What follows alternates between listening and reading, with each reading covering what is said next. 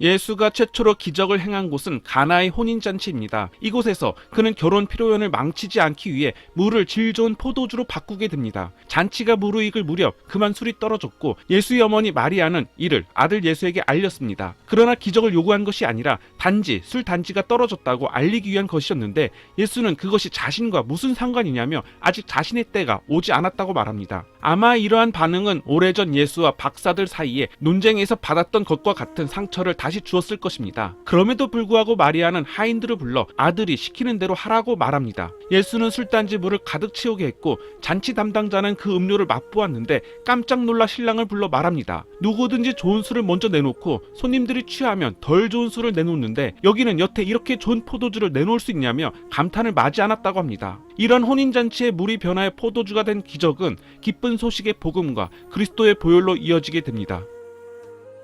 예수가 가파르나움의 집에 있을 때 많은 군중이 몰려들었고 그중 4사람이 중풍병자를 요에 눕힌 채 예수 머리 위에 지붕을 벗겨내고 내려보냈습니다. 예수는 환자에게 너의 죄가 용서받았다고 말했고 사람들은 이 말을 하나님에 대한 모독으로 생각했습니다. 그래서 예수는 중풍병자에게 죄를 용서받았다고 하는 것과 일어나 내 요를 가지고 걸어가라는 것 중 어느 편이 더 쉽겠냐고 물었습니다. 그리고 예수는 중풍병자에게 일어나라고 명령했고 치유된 환자는 자신의 요를 들고 떠났습니다. 사도 요한은 유사한 장면을 벳자타 연못가에서 일어난 일로 기술하고 있습니다. 기적이 일어나 완쾌된 중풍병자는 완고한 유대인들에게 저지당했는데 마침 그날이 안식일이어서 그가 누워있던 요를 옮기는 것도 안식일에 대한 위반으로 간주되었기 때문입니다. 그러자 완쾌된 중풍병자는 자신을 고쳐준 사람이 예수라고 말했고 그로 인해 예수가 안식일의 율법을 어겼을 뿐만 아니라 자신이 신의 아들이라고 함으로써 신성모독을 저질렀다는 이유로 예수에 대한 유대인들의 반감은 커져만 갔습니다.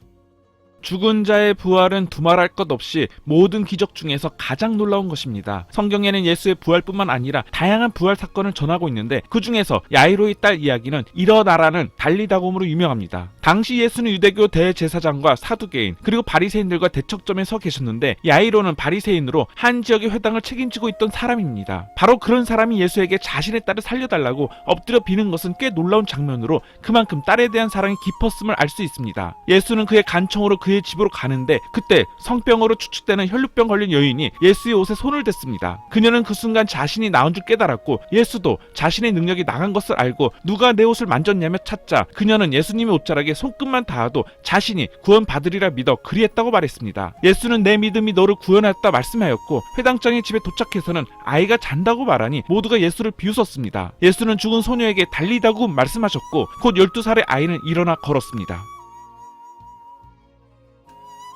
예수는 자신도 죽었다가 다시 살아났지만 공생의 가운데 사람들을 죽은 자 가운데서 다시 살리기도 하였습니다.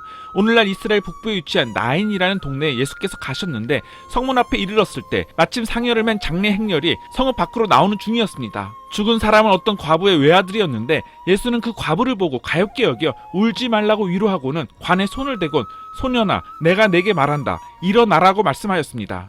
그러자 죽었던 자가 즉시 일어나 앉아서 말을 하기 시작했고 사람들은 모두 큰 두려움에 휩싸였으며 그 소문은 세례 요한에게까지 들어가게 됩니다. 세례 요한은 제자들을 예수에게 보내어 당신이 정말 오시기로 되어 있는 바로 그분이냐고 물었고 예수는 너희가 가서 보고 들은 것을 요한에게 말하되 눈먼 자들이 눈을 뜨고 다리 저는 자들이 똑바로 걸으며 나병 환자들이 완전히 낫고 듣지 못하는 자들이 다시 들으며 죽은 자가 다시 살아나고 가난한 자들에게 복음이 전파되고 있다며 이 소식을 전하라고 하였습니다.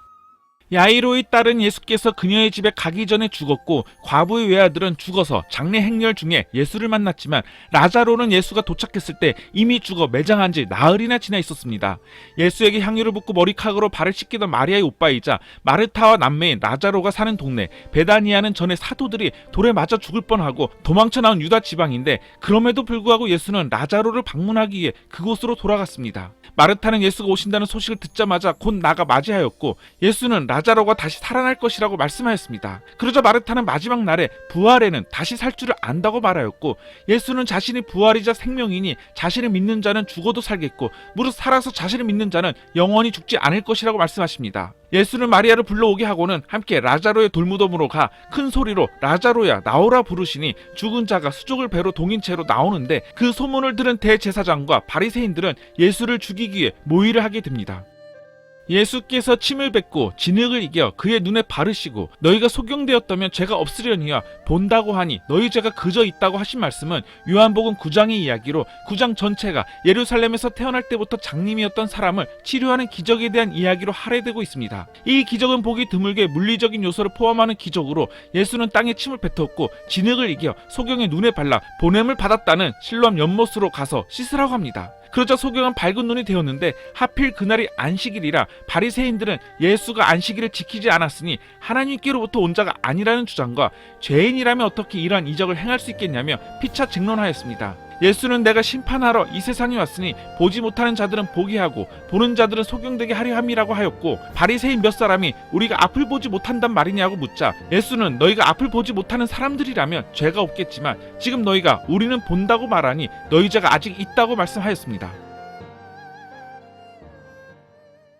선한 사마리아인 이야기는 한 율법학자가 예수를 떠보려고 어떻게 하면 영생을 얻을 수 있냐는 질문에서 시작됩니다. 예수는 율법에 어떻게 하라고 되어 있냐고 되묻자 그는 마음을 다하고 목숨을 다하고 힘을 다하고 뜻을 다해 하나님을 사랑하고 내 이웃을 내 몸과 같이 사랑하라고 말했습니다. 그러자 예수는 그 말이 맞다며 그렇게 행하면 영생을 얻을 것이라고 말씀하시자 율법학자는 그럼 누가 이웃이냐고 묻자 하신 비유가 바로 선한 사마리아인의 비유입니다. 어떤 사람이 강도를 만났는데 거의 죽게 되었습니다. 그때 마침 한 유대인 제사장이 지나갔는데 얼른 피해 지나가 버렸고 또 레위 사람이 지나가는데 그도 역시 그대로 가버렸습니다. 그런데 어떤 사마리아 사람이 그곳을 지나가다가 그 사람을 발견하고 측은한 마음이 들어 상처를 싸매지고 그를 근처 여관으로 데려다가 보살펴 주었습니다. 다음날 그 사마리아 사람은 이틀치 품삯을 여관 주인에게 주며 자신이 돌아올 때까지 잘 돌보아 달라고 부탁을 하며 비용이 더 들면 돌아와서 모두 갚겠다고 말하고는 길을 떠났습니다. 이제 예수는 그렇다면 누가 강도 만난 사람이 이웃이냐고 묻자 율법학자는 자비를 베푼 사람이라고 말했고 예수는 그 말이 맞다며 가서 그와 같이 하라고 하였습니다.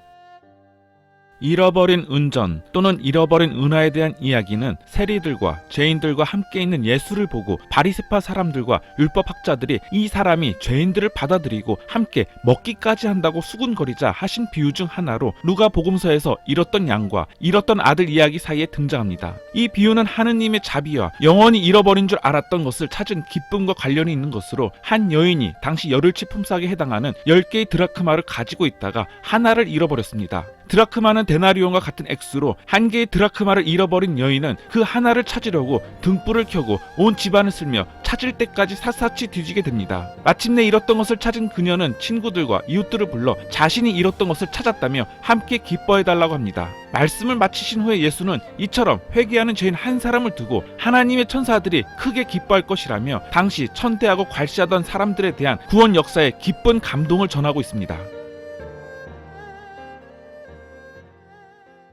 어떤 사람에게 두 아들이 있었는데 작은 아들이 유산을 먼저 나누어 달라고 합니다. 자식 이기는 부모 없다고 아버지는 자기 재산을 나누어 줬는데 얼마 후 작은 아들은 자기 몫을 다 챙겨 집을 나가 흥청망청 세월을 보내며 돈을 다 써버렸습니다. 거기다가 그 나라에 심한 기근까지 닥쳐 작은 아들은 끼니조차 제대로 이을 수 없었고 그래서 그는 어떤 집에 더부살이로 들어가 돼지를 치게 됩니다. 그는 몹시 배가 고파 돼지가 먹는 쥐염 열매라도 실컷 먹고 싶었지만 그마저도 넉넉히 주는 사람이 없었습니다. 그제야 제정신이 든 작은 아들은 자기 아버지 집으로 돌아가게 되는데 아버지는 작은 아들이 돌아오는 것을 저 멀리서 보고 달려가 아들을 꼭 껴안고 입을 맞추었습니다. 아버지는 죽었던 아들이 돌아왔다며 소를 잡아 큰 잔치를 벌였고 그 소식을 들은 큰 아들은 화가 났습니다. 큰 아들은 여러 해 동안 아버지를 위해 뼈 빠지게 일했는데 소는커녕 염소 한 마리 잡아주신 적이 없다고 투덜거리자 아버지는 큰 아들에게 너는 항상 나와 함께 있었고 내가 가진 것들이 모두 내 것이었지만 내 동생은 죽었다 다시 살아왔고 잃었다가 다시 찾았으니 내가 기뻐하는 것이 마땅하지 않냐고 말했습니다.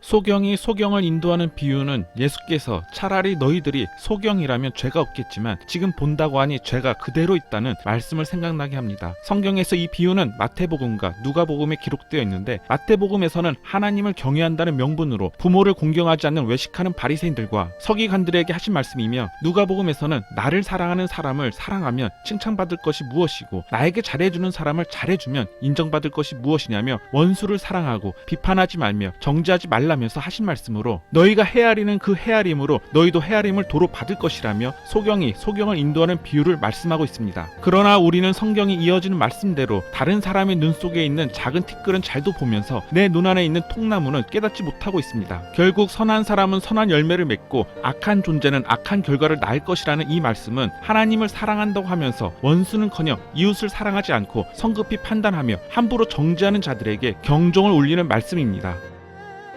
씨 뿌리는 자의 비유는 공관복음, 즉 마태, 마가, 누가 복음에 기록되어 있습니다. 한 농부가 밭에 씨를 뿌렸는데 어떤 씨는 길바닥에 떨어져 사람들에게 밟히거나 새들에게 쪼아 먹혀 버렸습니다. 또 어떤 씨는 흙이 얕은 돌밭에 떨어져 싹은 돋아났지만 곧 말라 죽었습니다. 또 어떤 씨는 가시덤불 속에 떨어져 가시에 숨이 막혀 버렸는데 어떤 씨들은 좋은 땅에 떨어져 잘 자라 100배 열매를 맺었다고 합니다. 여기서 씨는 하나님의 말씀으로 씨가 길바닥에 떨어졌다는 것은 말씀을 듣기는 하지만 곧 말씀을 빼앗겼다는 것이고, 씨가 돌밭에 떨어졌다는 것은 믿음이 싹은 틔우지만 시험을 받으면 곧 나가 떨어진다는 것이며, 가시덤불 속에 떨어졌다는 것은 말씀을 듣기는 하지만 살면서 세상 걱정에 빠지고 재물과 쾌락에 사로잡혀 열매 맺지 못하는 사람을 말하나, 씨가 좋은 땅에 떨어졌다는 것은 착한 마음으로 말씀을 듣고 그 말씀을 굳게 간직하여 마침내 인내로 열매를 맺는 사람을 두고 하는 말씀입니다. 열 처녀의 비유는 최후의 심판하고 관련이 있는데, 마태복음에 등장하는 이 비유는 하늘나라를 신랑을 맞으러 등불을 들고 간 열 처녀로 비유한 것입니다. 열 처녀 가운데 5 처녀는 등잔을 가지고 있으면서도 기름 채우는 것을 잊어버렸고, 슬기로운 5 처녀는 등잔에 기름을 가득 채워 가지고 있었습니다. 하지만 밤이 늦도록 신랑이 오지 않자 처녀들은 모두 졸다가 잠이 들었습니다. 그런데 한밤중에 갑자기 신랑이 온다며 어서 나와 신랑을 맞이하라는 소리가 들렸고, 그러자 처녀들은 모두 자리에서 일어나 각자 자기 등불을 챙겼습니다. 이때 기름을 채워놓지 않은 처녀들은 다른 슬기로운 처녀들에게 기름 좀 나눠달라고 했는데, 슬기로운 처녀들은 우리 것을 나누어주면 우리마저 모자란다며 대신 기름 장수에게 가서 사오는 것이 좋겠다고 말했습니다. 어리석은 5 처녀들은 하는 수 없이 기름을 사러 갔는데, 그 사이에 신랑이 도착해 슬기로운 5 처녀는 신랑과 함께 결혼잔치에 들어갔고 문은 잠겼습니다. 한참 후에 기름을 사서 돌아온 5 처녀는 문 열어달라고 소리쳤지만 신랑은 나는 너희를 모른다고 하였습니다.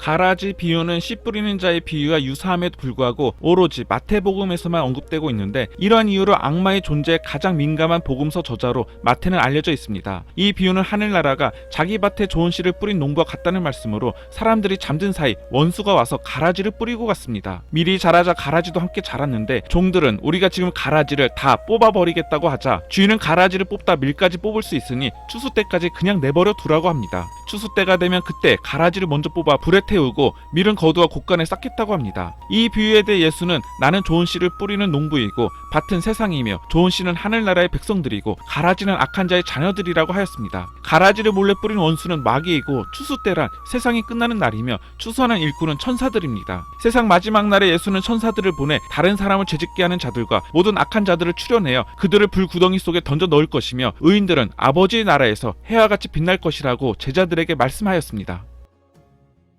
어떤 부자가 있는데 그는 화려한 옷을 입고 잔치를 벌이며 사치스러운 나날을 보냈습니다. 그런데 그 부잣집 대문 앞에는 나사로라 하는 상처투성이 병든 거지가 부잣집 음식 쓰레기로 겨우 먹고 살고 있었는데, 개들만 와서 나사로의 헌대를 핥고 갈 뿐이었습니다. 그리고 마침내 거지와 부자는 죽었는데 부자는 지옥에 갔고 거지는 아브라함 품에 안겼습니다. 부자는 너무 괴로워 나사로를 이리로 보내 그 손가락으로 물을 찍어 제 혀라도 살짝 적시게 해달라고 애원했습니다. 그러자 아브라함은 너는 생전에 귀한 것으로 호사를 누렸으나 나사로는 고통을 겪다 이제 위로를 얻고 있다며, 더군다나 우리와 너 사이에는 거대한 구덩이가 있어 가고 싶어도 가지 못한다고 합니다. 부자는 그러면 나사로를 자기 형제들에게 보내 그들만큼은 제발 이곳에 와서 자기처럼 고통받는 일이 없도록 해달라고 합니다. 아브라함은 그들에게는 지금 모세와 예언자들이 있으니 언제든지 그들의 말을 들으면 될 것이라고 했고, 부자는 그게 아니라며 그곳으로 부족하다며 죽은 자를 보내야 그의 말을 듣고 회개할 것이라고 합니다. 아브라함은 결코 그렇지 않다며 모세와 예언자의 말도 듣지 않는 사람들이 설령 죽었던 사람이 살아서 그들에게 돌아간다 할지라도 그들은 여전히 믿지 않을 것이라고 하였습니다.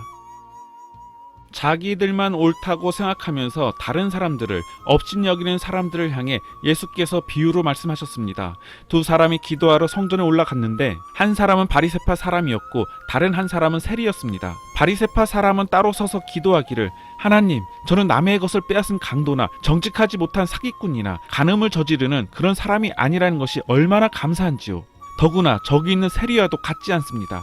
그리고 저는 일주일에 2번씩 금식하고 11조를 꼬박꼬박 하나님께 바치고 있습니다. 그런데 세리는 멀찌감치 서서 감히 하늘을 우러러볼 생각도 못하고 가슴을 치며 기도하기를 오 하나님, 이 죄인을 불쌍히 여기시고 자비를 베풀어 주소서 하였습니다. 예수는 분명히 말하길 결국 하나님께 의롭다는 인정을 받고 집으로 돌아간 사람은 저 바리새파 사람이 아니라 바로 이 세리라며, 이처럼 누구든지 자기를 높이는 사람은 낮아지고 자기를 낮추는 사람은 높아질 것이라고 말씀하였습니다.